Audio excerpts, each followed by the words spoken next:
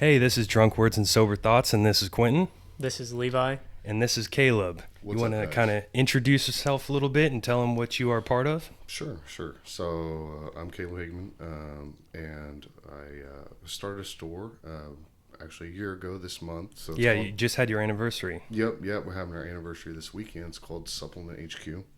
So just wanted to provide another option for nutrition, vitamins, supplements, all that stuff in with the Wichita area. Just felt like there's room in the market, and the current selection, was lacking, and there's just a lot of options out there. So you feel like it's still a pretty open market with there's really only two other stores, Yeah, sure. Yeah, and they I have don't. quite a few branches, and you feel there's still quite a bit of room to grow. Yeah, I don't count places like GNC and Vitamin Shop as competition because Yeah.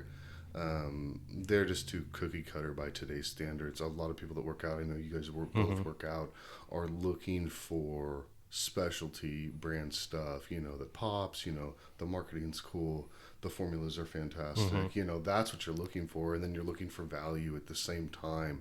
So we just kind of brought those two tenets together. So HQ stands for honesty and quality for Oh, us. okay. So I always just figured it was headquarters. yeah, Same. so Yeah. it does stand for headquarters too. But In a way, it's kind of a double meaning. yeah, there's two meanings to it, but yeah, for me, our values are honesty, quality, and family, and that's what drives a lot of the store. I just feel like some of those things were lacking here. Yeah, I For would us, agree. and for a place that or town that's sized like Wichita, there's usually a lot more options for gyms, for fitness in general. Really, the whole town's lacking on that type of stuff. Yeah. You don't see very many like boutique gyms or specialty gyms. You see some box ones. We just got Vasa. That's great. Expands. I mean, it's some better. of the other Yeah. options. Yeah, than Planet and the Y. Yeah. But yeah, we're lacking that I think from a healthy food option standpoint and from a nutritional supplement standpoint. I travel a lot for my day job, which is industrial sales all over the Midwest, and in similarly sized cities, I see so much more options, and so I just really convicted that there was room in the market, that there is a space for a store that has our values, and just wants to help people. That's what we're interested in, and bringing things to the table, product wise, that are different and that other places have chosen not to bring in or don't know about. There's the nutritional supplement industry has exploded over the last few years, so there's so many options, and so which is great and not so great. Yeah, a lot of it's with just the introduction of social media. Yeah. It allows everything so readily available for things to grow, people to grow their own companies or their own supplement lines, all that sort of stuff. Yeah, we've seen the advent of a lot of things, especially direct to consumer. Places like Redcon, which are never a good deal for a store. That's what I was going to bring in. ask. It Yeah. does it Yeah. affects you quite a bit. We order I use Redcon for the protein all the time, the MRE, because you can just order it straight from them. So it's But- hard to get it in a store. But any cheaper. honestly, Well, you they know, want us to carry it They do. because people like you want it, but Yeah. they want us. They almost essentially sell some of the things at consumer pricing so cheap that it's basically what I would almost pay wholesale. Like there's almost no Oh. difference, or maybe a 10 or 15% difference, and it's like it's hard for you to make yeah. it. Yeah. Yeah, so they're concerned about is sales, and when they started out, they were in stores only, and then they stood on the backs of all the stores, and so like I just I can't stand by and like It's hard to let support the them. model and all my friends that have stores that have gotten pretty much trod upon and disrespected. We just can't support that. So even though it does have some popularity, that company is going to be grown for one purpose, and that's to be sold. Just Yeah. like Muscle Farm, just Yeah. like Muscle Tech, all the bigger brands, it'll be sold to a group of investors, and it'll wind back down somewhat. I mean, basically all they do is take expensive formulas for their pre-workouts and other things, and then they take out some of the more expensive ingredients that make the products great, and then they mass market it and sell it for a lower price point. Talking about the things, the ingredients they put in them. One thing I know that you guys carry is Axe and Sledge, and Seth Feroci's the bodybuilder and the one who started that company along with a couple other people. Yep. And one thing he talks about is how they only use what's the word I'm looking for? When you like, basically they own the patent and products. There you go. Yeah. They only use patent and products in their supplements. Yeah. So Yeah. you'll see brand name ingredients or combination ingredients Mm-hmm. where somebody owns the patent on it. And they use a lot of those different things because those have been patented, tested, and proved, Yeah. basically. And people spend a lot of money, basically, that when you see the brand name, the ingredient is what it says it is. You know it's not just So, a mixture. yeah, and so a lot of places like, so with HQ, we're always looking for third-party testing results to see that your supplement meets the label claim. That's super important because I don't, as a consumer, well, I can't in good conscience sell you something that it's not what the label says it is, So how do you go as far, like if there's somebody comes to you, or if you go to somebody and you want to carry their line of products, what are the things they need to meet in order for you to bring them on your shelf and sell them to your customers? So number one, I mean, obviously, there's a difference between a place wanting to put their products on the shelf and a brand that wants to build a relationship with us. Okay. So we're really looking, for places that, we can either have exclusivity with or just have products that are so high quality and, so much in demand that we have to carry them, Yeah. which is, we don't get pigeonholed into that very often, I feel like. But we just don't go the bigger box or bigger brand route very often, just because I don't think it's in the consumer's best interest, and it's not in the store's best interest. So, we have to make money, but we also have to stick to our values. And so that leads us to not adding a lot of brands fast. We take our time. I personally test everything. And for me, like, my background is I've been working out for about a decade. I've been testing supplements the whole time, and some were okay, some weren't. I got caught up with several different, brands, and just realized that it really wasn't all that great. And then when I did find great things, I would tell my friends, and I just kind of I had a huge amount of supplements no matter where I lived, and I'd let people try stuff and whatever, give stuff away that I didn't want. And so I just had a real fascination with it and started to study ingredients and how they affect you and stuff like that. So that kind of led me to feel like I've started to gain some understanding on, what supplements are good and what are okay and what's garbage, because they're all types out on the marketplace, just like every other industry. So once you kind of had that understanding, is that when you decided you wanted to go into the business? Yeah, some things kind of fell together, and I've always known that I've wanted to work for myself in some capacity. So I just decided to take the jump and just get after it. I obviously still work my day job. We run the store, and then I'm also an account manager with Iron Rebel, the apparel group that we carry at the store. So I kind of collect jobs now, is what I like to say. So I just like to stay busy. I fear being unproductive and not reaching the potential threshold that I think I have. Yeah. So that really has driven me in the last few years, because when I got out of college, I was very kind of drifting and aimless and just kind of worked in the aircraft industry, had no idea what I really wanted to do. So it just took me kind of trying a couple of things to figure out that, nothing happens unless you do. And that's when I kind of started to drive forward and continue to put myself out there and take steps. So I'd say, we're a little bit younger than you, but I'd say getting this whole thing set up and going is kind of our first step into building something of our own, even if maybe it doesn't ever make us money or something, but it's something that we're trying to put together and build and make something for ourselves, because we're kind of at that point where we're kind of trying to figure out which lane we're going in life. Sure. Yeah. You're the skills you're learning here, putting things together, reaching out to people you don't necessarily know. I didn't know Levi before this. I knew you. Yeah. Just you're always learning something. So I always encourage people, like when they're like they don't know what to do, I said try as many things as you can. So, and I still try things, Yeah. So it just that will lend you, the experiences will lend you the experience to kind of understand what you're cool with, what you're not cool with, what's going to work for you, Yeah. So, and the other thing is that everything is kind of temporary to a degree. So you have to understand that and be okay with it. Sometimes things just have their season, in jobs, people, relationships, friendships, all that. So kind of balancing those two things is really how I've probably reached this point, I would say.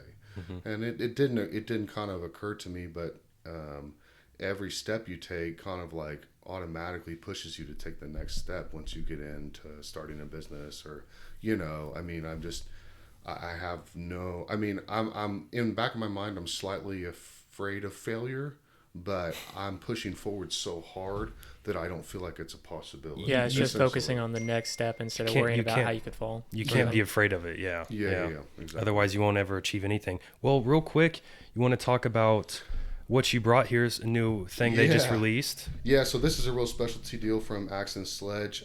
They've been working on this for a while. Even the branding is on point. It looks like Jack Daniels. It does. It looks good. Yeah.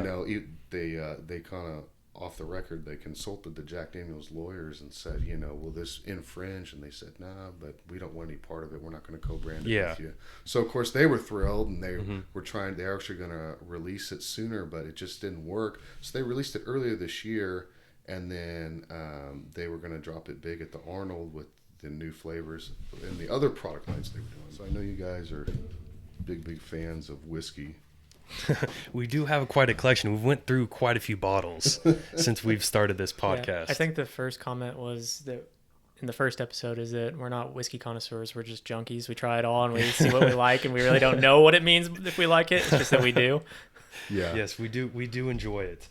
Before we started this, honestly, I wasn't a big fan of it. I would just drink mixed drinks with vodka and then beer. I was more of a beer person. But the kind of going out drinks, like you're not really. I've been a social drinker, but it just, now I don't drink as much. Being a recreational bodybuilder and being concerned with your fitness, I like that term. I'm not. It's true though. It's true. I'm not going to be a professional bodybuilder. That's okay. I've come to terms with that. But I still want to see what I can achieve on my own. So I brought whiskey cola BCAAs instead. They taste amazing. They nailed the flavoring on this. Axe & Sledge's flavoring and their formulas are very, very good. They've always they've been very supportive of us as a store moving forward here in the area. So it's just been a really good relationship, and they make us feel important, even though I know we're not their biggest store. So are they in other stores here in the Wichita market? Or? I believe that Supplement Giant carries some of their SKUs. I don't know how extensively they do, but it just. Go ahead. Yeah, so the first time I walked into your store, I noticed a lot of their stuff, and I hadn't seen it around town. And I've been to Supplement Giant before, and it looked like you guys had a lot of different brands that I hadn't noticed. So, and you can kind of tell that you're more focused on, I don't know if we'd say smaller, but kind of just different quality brands. Because there's like just a lot of Insane Labs, and then a bunch of the PPI stuff, and everywhere else, and you can go get that at Walmart too, and it's. Yeah, that's a big thing now. You can go get Redcon at the Walmart. You can get certain things like, Muscle Farm. You used to be able to get at Costco. Muscle Farm had the Arnold line, and that was a really big fiasco because it came out that they were amino spiking, and that kind of started. That kind of started the big, quality testing. Is it what it says it is? Because companies were, essentially putting cheap ingredients in to meet a testing standard, so now a lot of that's gone. There are places that still do it. Those Lenny and Larry's cookies that everyone likes, I'm sorry, but those are garbage. I'll just be honest with you. There's really no protein bars that are truly really good. There are very few that I can think of. We had one called the Fortifex bar. It was the same guy that made the MRE bars. He's a bar master, I would call him, or sensei or whatever. And but he just couldn't get the line popular enough, so he discontinued it. Some bars that I think are really good is the Outright bar by MTS Nutrition. It's excellent. Whole food ingredients, and then whey isolate is the base. So, and they taste fairly good too. They're available. I think we have some on the way, and then I know Vitamin Shop has them. I don't know if Supplement Giant has them or not. I think they might. But yeah, that's just a very good quality brand. So we're just super limited in what we carry, also because we're all self-financed. We don't have any loans. Pretty much everything at the store has been paid for, by the guys who started it. So it's just kind of, we just try to grow at a smaller pace and not, get ahead of ourselves and just kind of make sure that there's demand for what we're doing. Yeah. Is that kind of part of being out? For those of you not in Wichita, they're west of Wichita just a little bit, in a place called Goddard. Is that kind of the idea there too? Because it's an emerging market. Because there's not another supplement store out there, right? Yeah, no, we're our only we don't have competition out there really, but yeah, I would say it is an emerging market. But I would say that we're a few years early for my taste, probably from a sales perspective, and that's okay. Yeah. We're right near the two high schools. We help them, and there's a gym going in out there too, so there is, that might help a little bit. That might, yeah. We're just looking to see what'll happen over the next couple of months, and just trying to review, what the best move is for us. I like being out there. I also like the thought of us being in town too. But we couldn't sustain both, so it'll have to be one or the other. Probably is the decision we'll end up making. So what kind of initiated you guys going out there? Was it more of just the overhead kind of cost being out there? We wanted to start small. We're located right next to a CrossFit gym out there called Kansas Strength and Power. And so we have our storefront literally next door to them. So that was kind of the basis or impetus for it. And we just thought, okay, we're built-in target market, and then from the people that we've networked with and know from just working out and being around. I mean, we knew a lot of people already before the store. So we were just like, hey, come give us a shot, basically. And that's kind of our plea. And some people have tried. Some people have stuck around. Some people kind of bounce around to different stores. And that people always like, oh, I'm sorry, I went here, went there. And I say, that never makes me upset. It's my job to give you the most reasons to come out and see us. Yeah. So, and if somebody else has something new that we don't have, I get it, know. So, I mean, as my goal is to have something new about every other week, whether it's a new SKU, a new flavor, a new item, something exciting to kind of keep, people interested and, keep us innovative. That's the kind of store we want to be at. We try to be innovative and be out in front of the pack instead of kind of running and catching up with everybody. So we're not always there, but we've had some instances where it has helped. I mean, people know that we have great products that work when they try them. And so when you come in, we basically give out samples of just about anything, to let people try even before they ever spend any money. I know what it's like to spend money somewhere and be disappointed. And that's the last thing that we want from somebody at the store. So that's really, really important. Would you, so we've talked about you kind of getting into the business and what your idea was, but you want to kind of give a little backstory as to how you even got in the position, like, to get there. Because I know you kind of had I remember you posting on Instagram a couple months or 5-6 months, I don't remember how long it was, that, your story, like how your house had gotten broke into and kind of the things you've went through into life to eventually get to where you are now to put yourself in the position to open it up. So I would say the story probably starts with how I started my fitness journey about 10 years ago. And I was in college and just very careless, and I got a DUI. Not something I'm super proud of, but I'm open about it, and I always tell people, hey, like, let's not just don't drink and drive. Call somebody. Let's get an Uber. I mean, Uber wasn't even available then. Yeah. So, but we would still go out and drink all the time, and I was definitely like searching for fulfillment and happiness in going out and meaningless things like that. And so I learned my lesson pretty quick, and I had just moved out of my parents' house about 6 months to a year before. I grew up very conservative, and I didn't drink until I was 21, literally. Like, I mean, so we just lived in a different environment than a lot of people probably here are used to. Yeah. So coming here there was a little bit of culture shock, and some of the friends that I had at the time, I mean, that's all we did is party. I mean, and they were like, this is what we do. And I was like, this is what we do, So where are you from then? I'm actually from Hutchinson. Oh, okay. So about 45 minutes northeast or northwest, sorry, of here. Yeah. That's where I grew up. And then I moved here in 2011. Yeah. So, or 2010, I'm sorry, the summer before. Okay. So, yeah, I've been here for almost 10 years now. So, But just it just took a lot of things to get me all the way up here. But I mean, when I got that DUI, I failed a semester of college. I forfeited a scholarship. I mean, I was gifted at school. School came easy to me, so I didn't try, and I never applied myself. And I regret that, but I needed to learn what it was like to be mediocre before I could, have the desire to be good. Yeah. You kind of had to hit the rock bottom and everything fall apart and build yourself back up. So I get the DUI and, I tell my parents about it. Obviously, they're extremely disappointed. I'm extremely disappointed in myself. I put other people's lives in danger. I was careless.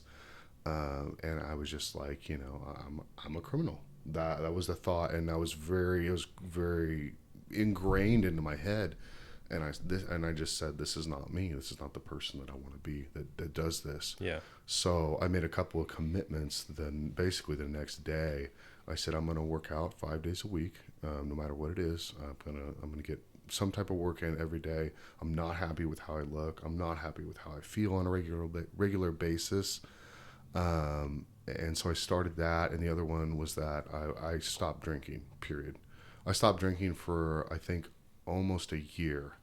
And then some of my friends are like, you're not an addict, you can drink. And so I would go out and drink occasionally then. But I had made the commitment that I was not going to drink and drive ever again. So, and that's something that I've been adamant about. And all my friends that know me just know how harsh I am about it, because you can't afford it. You don't want to pay for a diversion. You don't want to go stand in front of a judge and he's like, come on, man. Basically. And you're like, yeah, I can do better than this. And, if you're not thinking that, then you might, it's going to happen again. So, and then, if there is no plan for who's going to drive home, then I'm going to be the plan. So I just stuck with that. Step up. Yeah, absolutely. So I wouldn't deviate from that one bit. And it served me well. People are like, oh, you're not having fun when you go out. And I'm like, yeah, I am. I can have fun. I don't have to drink. You don't have to be drunk to have fun. Exactly. Yeah. Yeah. I think that's what a lot of people, it's just the stigma of when you do go out. It's just that they think they have to drink. It's what you have to do if you're out. Yeah. And it's not always true. It's been ingrained to us as a society. I mean, and especially when you're in college, it's the thing to do. Everyone does it. Oh, yeah. And people will talk shit or say whatever when you're not doing it, because by not drinking, you're not validating their actions. And so that makes them feel a certain way. You're making them second guess what their purpose or meaning is or whatever. Exactly. At a core level, you are questioning them, and some people can't handle that. I was at DD a lot in college, and I think if people spent more time on that side, they'd realize how ridiculous it was that they were drinking. There's so many nights I'd spend just literally standing in the club with my friends till 2, and I'd look out over everyone, and no one's talking because they can't hear each other. Everyone's on their phones, not looking happy, and everyone's just drinking. And I'm like, and people come up to me with drinks and be like, "Oh, sorry, I can't tonight," and then they just be like, "Well, why not?" And I'm just like, couples are fighting, or someone's out cheating because they're drunk, or it causes a lot of things, a lot of issues, and they're hungover the next day. How long have you been saving for a house for? I've been working for 2.5 years now with Cobb Valley. So okay. So a little bit. Yeah, and I didn't have any student loans or anything like that either. So nice. I'm at zero debt right now. This is the first time I've taken out a loan for anything. Not even a car. Wow. Not awesome. Even a car. I've been driving the same Honda Accord for the past 6 years, and it was a hand-me-down from my uncle. Yeah. I love that. The other mistakes I made besides drinking too much in college was I tried to live on a lifestyle that did not fit my budget, and I mastered the art of moving debt around. I mean, I have it down to a T. So, and I'm still paying for some of those mistakes. Actually, I'm lucky enough to have a good paying job, and we don't pay rent, but my girlfriend, she goes to school right now, so we get by on one income for us, and then everything that we're trying to do at the store. So we're to the point where if the store needs to grow, we're going to get outside investment. I mean, that's really what's going to catapult us to building the store out how I want it to be, us being a complete one-stop shop, because we have quite a bit. If you work out on a regular basis, we have everything you need. Yeah. But if you have, if you're trying to address certain vitamin deficiencies and stuff, I know we're lacking there, and I know where to go to get it. It's just we don't have the resources yet. Our sales aren't high enough, And so I would rather kind of grind it out a little bit, and it's made me more financially savvy than less, because I used to be the person where, I made an okay amount of money and I would just toss money at everything. That was how I solved problems. And most time you don't have anything to show for it either. Yeah, absolutely. My first year working, right out of college, I went and started working at a moving company, and I made a good amount of money. I made almost as much as like my mom. And I looked at that first tax income I had and saw how much I had actually made that year. And I looked around, I was like, and it was sobering. What do I have? Yeah. What do I have? I didn't put hardly any money away. I had no bills really, besides student loans. But it felt like the I don't money know. evaporated. I don't know. I couldn't think of what I spent it on. Yeah. So then it's like, we make these day-to-day decisions. Mine is, I eat out a lot for convenience, and I know it's expensive. How I make peace with it is because in my different jobs, I either expense it to one of the businesses that I have, or my job pays for it when I'm gone and on the road, because I do sales. So that's helped a lot. But, during something like the shutdown, all of a sudden I'm paying for all my own meals, and I'm like, okay, this hurts, a little more than usual. A little bit different. Yeah. So, we're like, okay, we've got to get back to meal prepping. So, yeah, just really just doing what you can with what you have first, and realizing that you don't have to keep up with the Joneses. I have a nice car, but it's paid for by work. I obviously I made the payments during COVID myself, but other than that, it's all been paid for by expense mileage for driving for work. And I've driven, 60,000 miles in that car, and the car has been essentially paid for, all the tires, all the oil changes. So I've been blessed to have a job like that and be able to take advantage of it. Otherwise, I would still be driving, one of the beaters I had before. So it just wasn't economically feasible to unload a bunch every month onto a car, unless it was coming out of somebody else's pocket, and I was able to especially use it. when you have other goals too. Yeah, it's prioritizing what you spend on. Yeah, for sure. absolutely. And when you think about a person, you don't think about what do they drive. Yeah. People get caught up like, oh, I need to have this image. But when I think about a person, I don't think about what they wear, what they drive. I think about like, do I like spending time with them? Are they a good person? Do they mean well? And that's how people should think. Yeah. But a lot of times we're like, oh, so-and-so is always dressed to the nines, rolling up in a sick car. Like, they must be doing well. Like, you know what I mean? Yeah. It's an illusion. And a lot of times it truly is an illusion, because it's all financed, It's different when, you have all that and it's all paid for. Okay, good, awesome. Yeah. If that's you, that's fantastic. That's how I wish to be someday, but I'm not there yet. So you just have to, you're like, when people are like, hey, you have a nice car, I'm like, I appreciate that. I was like, but it's paid for by work. It's my work vehicle, really, honestly. Yeah. So it just, you don't want to think about somebody for their material possessions. That's something we really struggle with as a society. I think we let that define us and define others. I've always had a dream of Hermes belt. I don't know why. It says H. It matches with my last name. It's a status symbol, but I have never bought one. I don't know if I ever will. I think I'll let myself struggle with it until, and that's not something that, I've even told, my girlfriend or my parents or anybody about wanting. It's just something I've always kind of thought about, but I would rather struggle with that in my mind and continue to learn that lesson about why I really don't need to spend $400 or $500 on a belt. Yeah.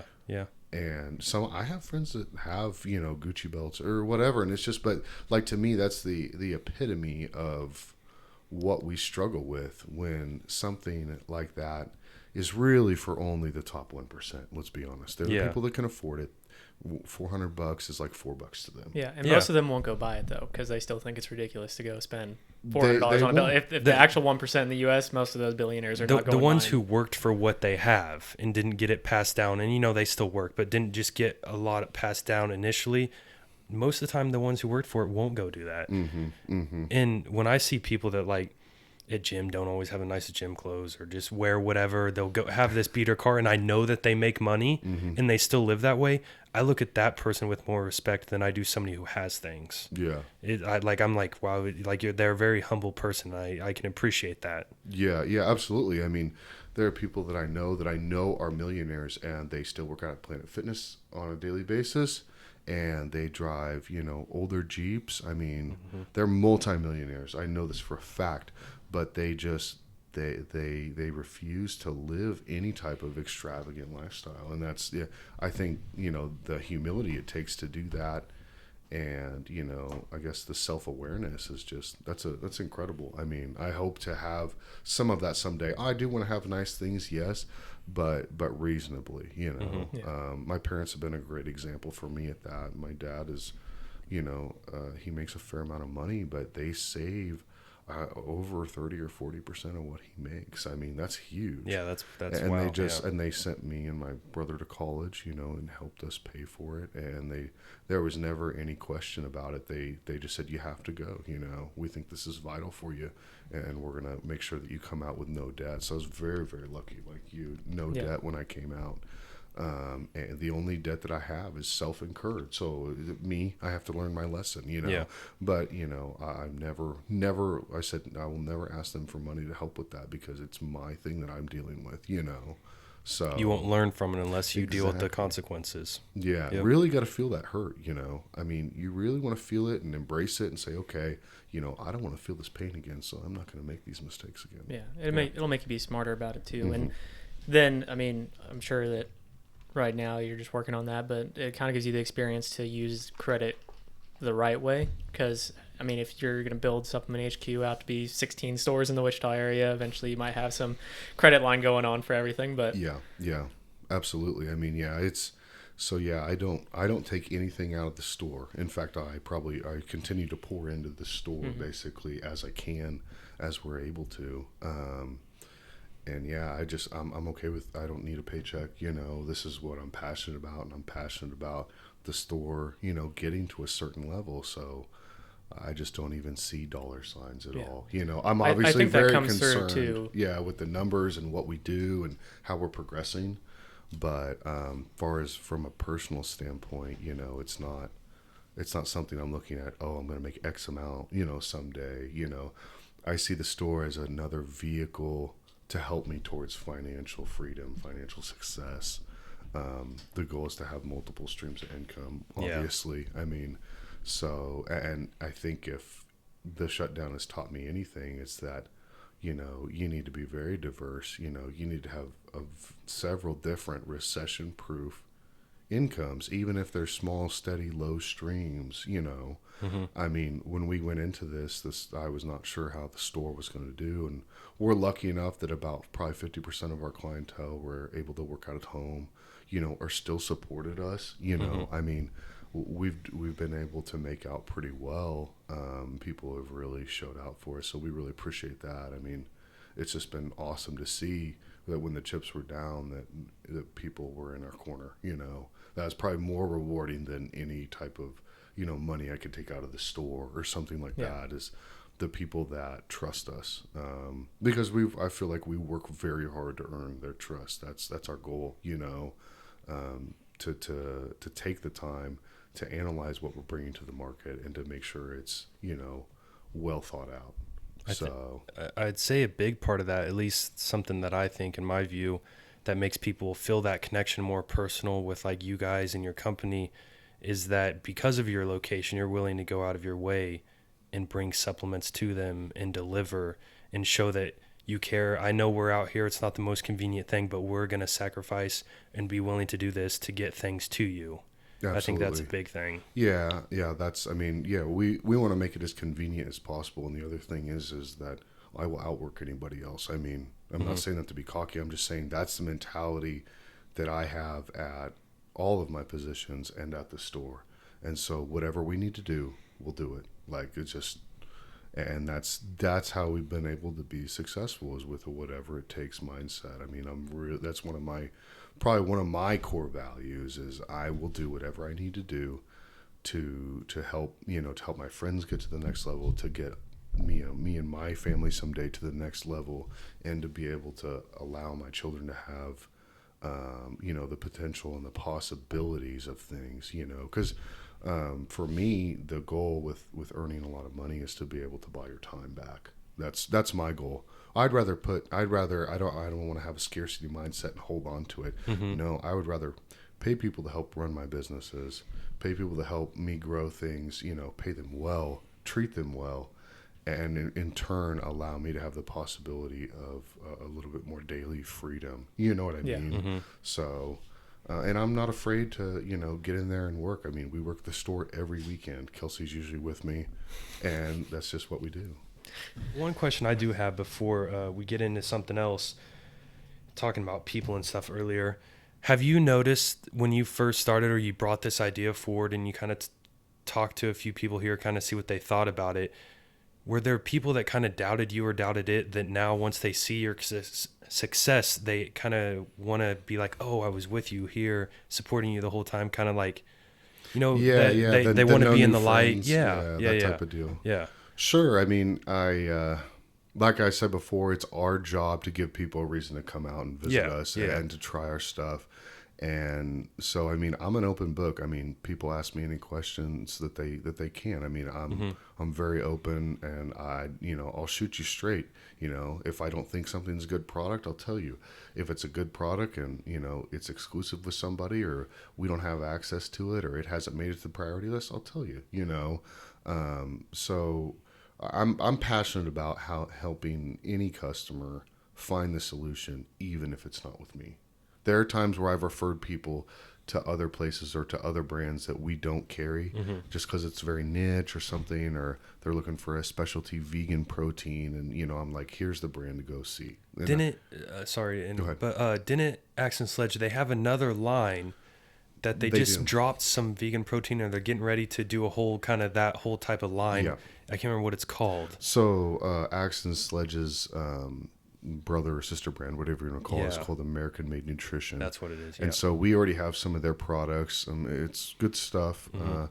And they are moving to push the whole line vegan, basically. So all the protein that they carry there will be vegan. I imagine they're going to use some of the same flavoring that they do for Axe & Sledge, so it'll be fantastic.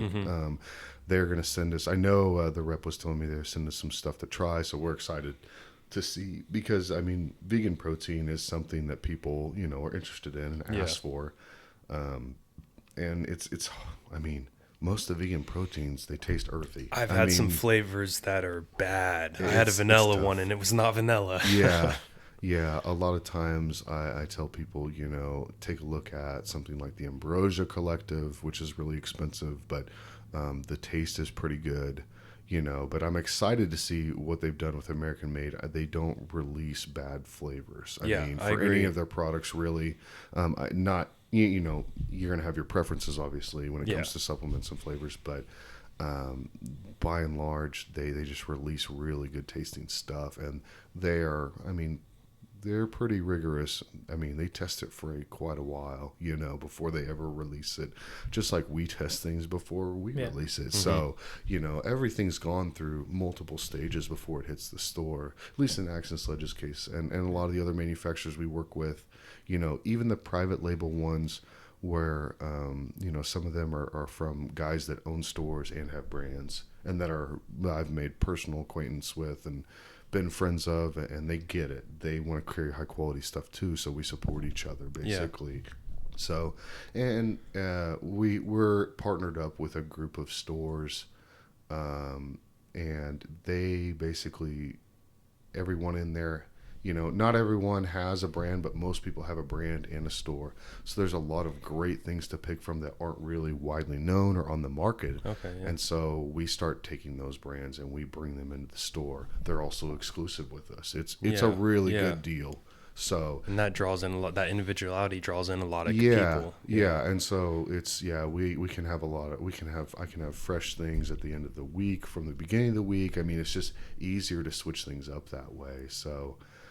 It's just been really advantageous. We've been able to network with people that I would never have dreamed. I mean, I got to meet Jay Cutler last year, the four-time Mr. Olympia. That's huge for me. Did you move to the front of the picture to angle him? Oh my goodness! Stand in front of him a little bit. He's definitely not as tall as me, so it's funny when I take pictures with people because they're like, "You're making me look small," because they're used to looking big. I mean, he was a Mr. Olympia. He was huge, and so, but he's lost some size obviously because he doesn't train or or eat like he used to, but he still has a lot of muscle. Very humble, great guy to meet. I got to meet him. I've gotten to meet John Meadows, Mike Rashid. I mean, who else? Guy Cisternino, people like that. Just really good people in the industry that really do. They those give are a all shit. good people. Yeah. I mean, these are the people that, if they're at the Olympia Expos or at some of the expos where they go, the other places, they will see everybody in line. I mean, they will do their They'll best. They'll stand there as long as they can, without food, without water. Yeah. Like we're at the event I went to where I met Jay, I was friends with the store owner, so we went and got everybody food, and he barely could eat because he was just, taking time with people, literally. Yeah. So it's good to see that there are good people even at the pinnacle of the industry. So that's heartening to me, because I think that means that not everyone is out just to sell something to someone. Obviously people are. There are people that are about money. Some even here in Wichita is what I believe. And that they're not in the consumer's best interests. And that is one of the reasons why I started HQ. I mean, that I can't stand to see people, what I feel like is getting taken advantage of or sold something that's not in their best interest. Here, this will make you big. Yeah, pretty much every time you walk into a GNC and they try to sell you on something. I mean. Don't name drop. Stop that. I'll say GNC as much as I want. I mean, there's not a lot of specialty brands there. You have an hourly employee that may or may not have a passion for it, and they're what they get paid is based off of what they sell. Yeah, exactly. I mean, and I think that commission-based pay is good. But you have to have the right intentions too, and GNC only brings in what's best for GNC, not what's best for the customer. Yeah. And so that's what, if anything, I fear it's that we would become like that, become profit driven. So the day that it becomes about profit, I think that's the day that I should step back. I mean, because obviously I wouldn't be holding true to the values of what we started with. So it seems like you got a pretty good group of guys, and then your girlfriend working there though, so I don't know that that's going to happen anytime soon. They're not afraid to. Everyone knows that they're allowed to voice their opinion, and say what they think. I mean, we get feedback from just about everyone on the team before we bring something new in. So giving them a part in the decision making process and getting their feedback is important, because we're super selective about who we have represent us. Just as I represent the athletes when I'm out and about, they represent the store when they're out and about. And so that's tough to reconcile. Just like in a relationship, when you're kind of getting started to get to know someone, you're like, okay, we're in a relationship. We represent each other when we're not around. So that's why we're slow to move on some of those things, because quality individuals that are going to do what they need to do and follow through are hard to come by sometimes. So, I mean, we're real intentional about that. Well, we've been having you talk the whole time and asking you tons of questions. So you have anything that you'd, curious about what we do or anything like that, setting all this up or anything like that? Yeah, sure. Just what was the impetus for you guys starting? What really kind of pushed you over the edge and said, yeah, we're going to do this? You've obviously... Oh, you want me to take it? Yeah. Invested, and I mean, you have a fair amount of equipment here. You're serious about it. You're going to make a studio. Yeah, that's the plan, is to turn a room into a studio. But I guess it all started probably like 4 years ago when three years ago when we got out of college, and neither one of us was doing what we wanted to do really. And ever since then, we're saying we should start a podcast. Literally for 3 years. Because what we like to do is just get together and BS. I mean, we just shoot the shit. Watch other podcasts and talk about it. Or just sit and have a drink and talk, or anything like that, and like talking about like current events, like sharing your opinions, literally like anything. That's what a lot of people will ask me. What is your podcast about? And I'm like, everything. Like, I didn't want to set us in such a small niche that we have to talk about something every week. I'm not like that. I'm interested in a lot of things. I like doing a lot of things. I have a lot of different hobbies: drawing, designing, customizing shoes, working out. like I just have a lot of different things that I like to do, and I want to be able to talk about what I want to talk about and not be focused on one little point. Absolutely. I think that's great to have the broad spectrum of things, and that allows you to kind of bring things that you feel like are important to your audience's attention and appeals to a wider audience as well. I mean, look at Joe Rogan. I mean, he's extremely, Oh yeah. I mean, $100 million to get on Spotify. yeah. I don't think we're going to get paid anything like that, No, Quinn. no. But We are going to be on Spotify within the week, though. We are on Apple Podcasts now, Okay. and we're on YouTube, and then we're going to be getting on Spotify within the next week. Yeah, so that's big. So pretty much we always said we should do it, and then the timing just worked out that at the end of last year, I mean, he'd been working for 2 years at that point. I've been working for 2 years at that point. And we're just like, well, we actually have money to actually go buy the stuff. Should we just go do it? Because, I mean, both of us, he's been living pretty frugally. I have too. I mean, I took one international trip in the first 2 years. I worked, and I didn't really spend money other than that. So it's just let's go ahead and get the whole setup. And it worked out other than the first camera getting stolen. So now I had that was my half of the stuff we bought. So now I had to go buy another one because it was in my bag when it got stolen. I told Quentin I'd do that, but he's gonna be like, I invested 2/3 and you invested 1/3. But I got the computer now, so we're even. well, back. actually, yeah, he got the computer. So.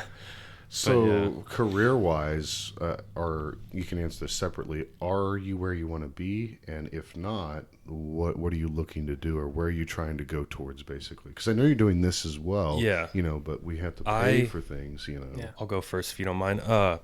So my last day at my job that I was working at was Friday.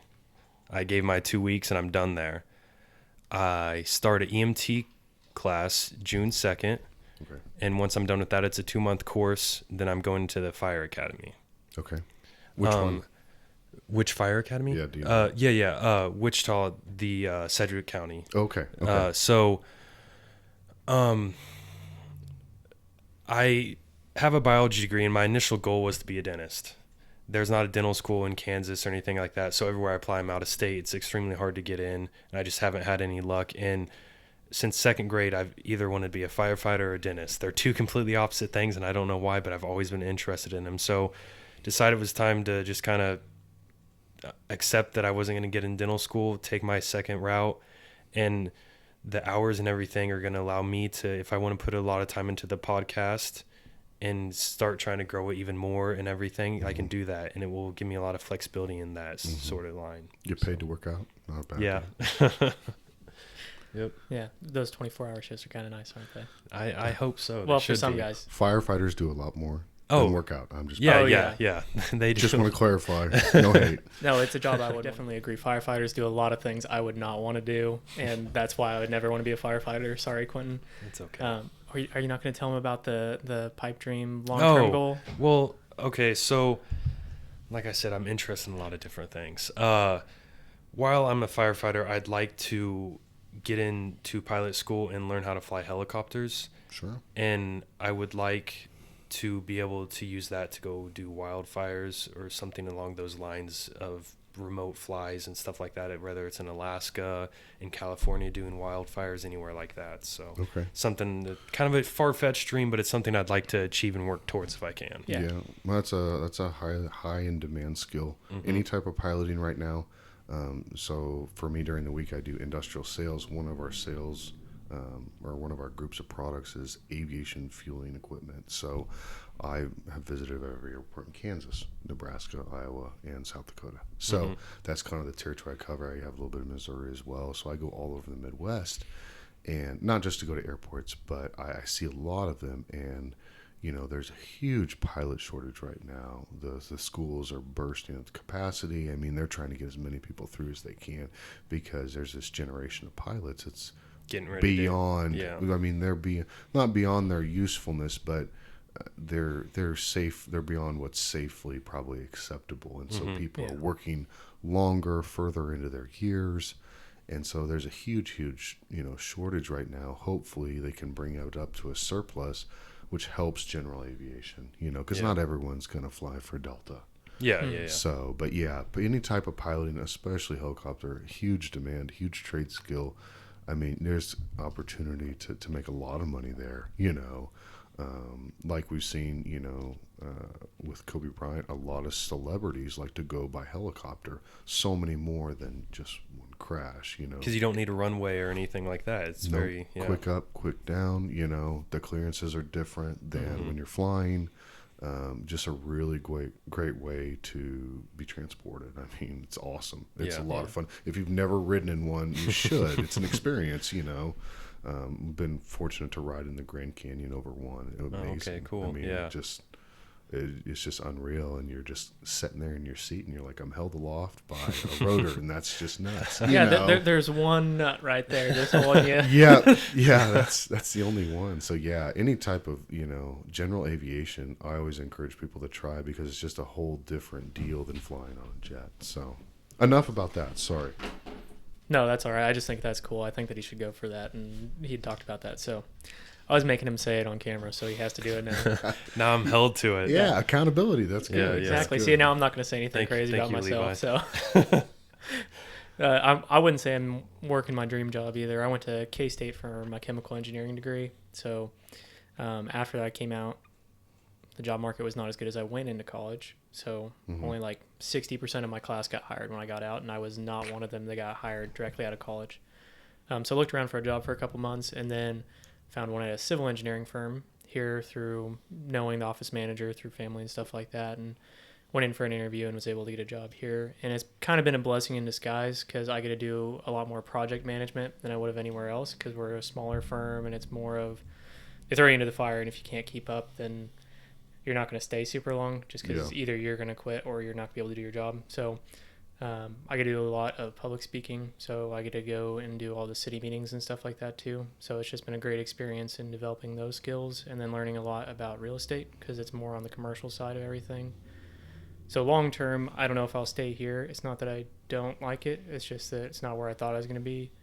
But I definitely want to take everything I've learned so far about investing in the real estate market, whether it's commercial or residential, and start doing that. I mean, that's one of the reasons why I've looking at houses and have a contract out there now for one. So hopefully I get that. It's something that I can flip, and it's something I've learned, and then be able to rent it out to a couple people and have them pay have them pay for all of my my mortgage, and hopefully get that house done, and then rent out a couple rooms, and then find the next house and do the same thing there. And then eventually, when the residential side, I make enough money off of it, I'll start doing some commercial stuff too. But went and got ready to take all my GC stuff so I can do new builds or complete renos, and then the whole shutdown thing happened. So I didn't take the test yet, but I went and a former inspector at Derby, he holds a class where he basically tells you all the answers that you'll need to know for the test. And so I went and did that. So once everything opens up again, I'll go get my Class A,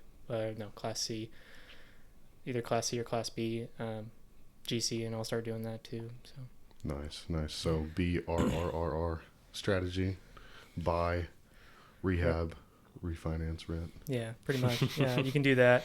I don't know if I want to rent a ton of properties at once. So if you can flip them, I mean, you might as well just roll it into the next project. Is what I've seen a lot of guys end up doing, is they just roll, because there's a lot of tax benefits to that too if you just roll it into the next one. I mean, I feel like a lot of people are doing this though. Why not keep some cash flow, you know, as opposed to a finite number of flips? I feel like, I don't know. That's what. Well, I wouldn't I'm not going to be defined by having to flip everything. Okay. It's so. What's most advantageous is what you're going to do. Yeah. So, I mean, if right now it's somewhere, I mean, I'm going to rent out where I'm also going to live, because I mean, I can't afford to go get a business loan and go make some duplexes. But if I go make some duplexes and I rent them out, and then I find an investor who wants to just pay me to own them, and then I still do the property management on it, that's where you get a lot of people make their money, is just being property managers for people. I mean, I know people who literally get 10%. Yeah, they get paid a couple $1,000s off of property management, and all they do most months is go and just collect the checks, and that's about it. So except for those midnight calls. But that's when, if you're the guy who's at the top, then you call your guy who goes out there and does it. That's right. Just like you're talking about earlier, sure it's about passive income. A lot of times it's about freeing up your time. Yeah, absolutely. I mean, I'll always have my day job. This is the other stuff that I want to do too. So yeah. Yeah, build a base so that someday you can do what you want to do instead of what you have to do. Yeah. That's something I'm super passionate about as well. I mean, yeah. Yeah. Well, I think that was a good podcast, good talk. Learned a lot about you, and hope you learned a little bit of stuff about us. And maybe we'll have you back when we're in our new studio and everything. We can talk and little bit more. Yeah, no, I appreciate it. And thank you Appreciate for having us on. for the shirts too. We got some good Supplement HQ shirts right here. Yeah, do you not wanna- headquarters. Well, it's headquarters. It is and headquarters, honesty I and guess. Quality. It's both. Do you want to throw out your Instagram Oh, yes, handle yes. and then where you guys are located? Yeah. So my Instagram is at Kaleb Hageman. So CALEB and then underscore and then HAGEMAN. And then the store is just Supplement HQ, all one word, lowercase, on Instagram. And then we are out in Goddard at 401 East Industrial Road, Suite 7. The zip code And 67052. It's in Yeah. Supplement HQ's bio. You can find it there. Just you click can on find it. it all in the bio. You Yep. can find it by searching us. We're on Google and everything, so we're easy to find. You can even get directions to the store, all that good stuff. We Yep. have all that updated, which is a process if you've ever done it. A lot of fun navigating some of these new things when you're starting a business. I don't doubt that. Yeah. But so appreciate you guys having me on. Yeah. Thank you So, for coming, especially on Memorial Weekend. We appreciate that. No problem. Well, this is Drunk Words and Sober Thoughts, and this is Quentin. This is Levi. This is Kaleb. There you go. Thanks, guys. Peace.